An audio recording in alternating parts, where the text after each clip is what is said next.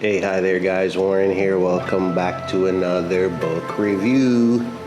This time we are reviewing War by Bob Woodward. And most folks know who Bob Woodward is. The co-author, along with Carl Bernstein, of what we now know as the Watergate scandal story. So well-known author, well-known journalist, very respected, and if anyone is going to get you in the room, which is the title of this episode, by the way, getting in the room. If anyone is going to put you in the room, it's going to be Bob Woodward, because I think, along with Freedom of Information Act, he just gets a lot of good juice. But the book overall is just putting you in the room of the road to war, per se, of three wars.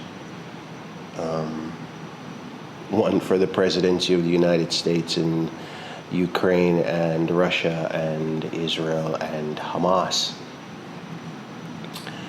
And I titled it Being in the Room, because so often we armchair quarterback, Monday morning quarterback, a lot of the things that our politicians do.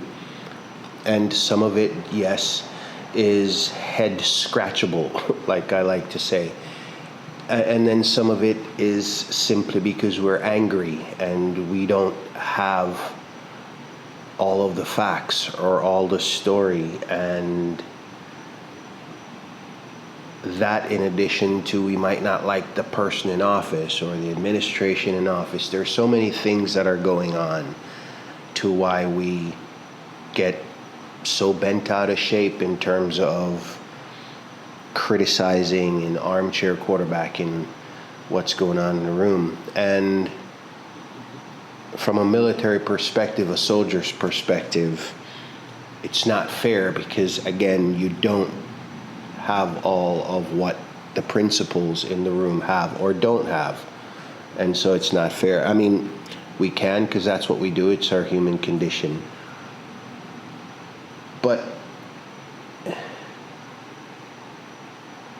Bob really puts us in the room in this one. And I want to give you an example of what I'm talking about in terms of intel sharing and just how frank the conversations were. Just bear with me on this one. This was the Vice President, the U.S. Vice President Kamala Harris, in visiting Ukraine's President Zelensky, and she says, "You need to take seriously the likelihood that any day the Russians will invade your country," she told him forcefully. We just don't think they're going to invade, Zelensky pushed back. Yes, they're threatening us. They're bullying us. That's what they do. And then they go on to talk about troop numbers. Harris began to read out the latest troop numbers. The Russians have 200,000 troops devoted to this operation, including about 40,000 in Belarus. And I just read you that little bit, and to put you in the room about the things that the media doesn't cover, the conversations that the backchannel diplomacy / intel sharing. But it's so easy for us to judge. And I know that we have, and when I say we, those who would judge, I know that they have precedence. Sadly, we have given them that in terms of Abu Ghraib and presidents in the past have done questionable things in the name of the nation. Just mention one. So we always want to be in the room, and when we're not, we're prone to criticize. And I just wanted to say, even though we have that right, and even though we have the right to dislike those that are in power, we have ways to right that instead of just always beating up on those that are the decision makers, because I'm here to tell you that you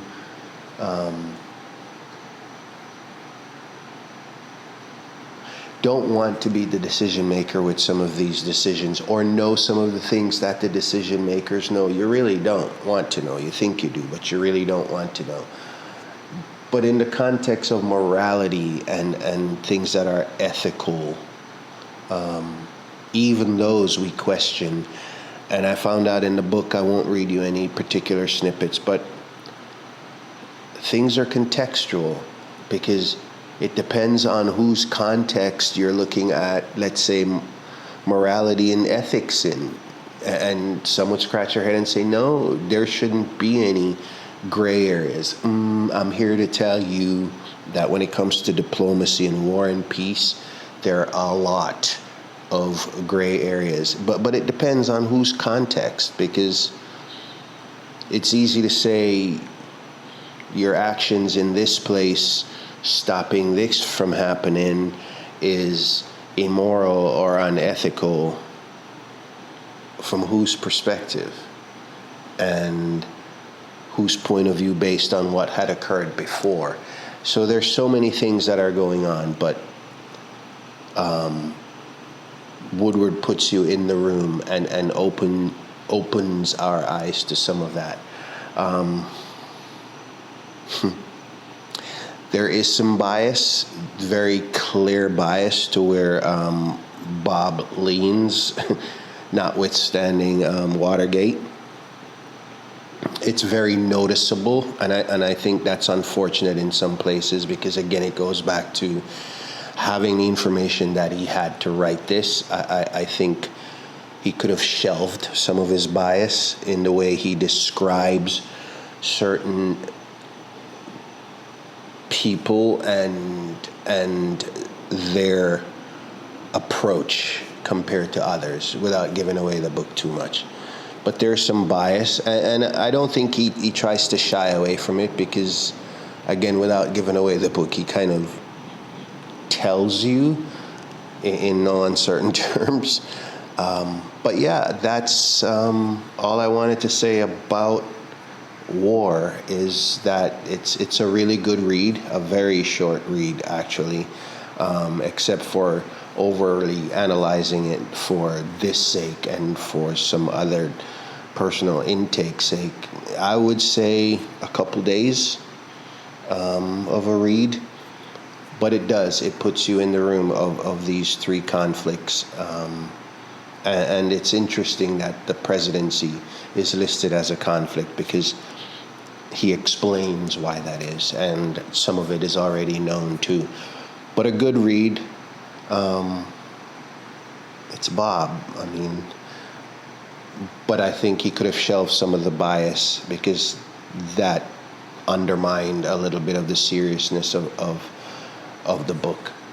But it puts you in the room, and I think if you're one of those people who likes to be in the room, or to armchair quarterback things, or to just question what our government is up to, not everything is always what it seems, and this book alone won't do that. But it's things like this that I would recommend that you arm yourself with when you're taking on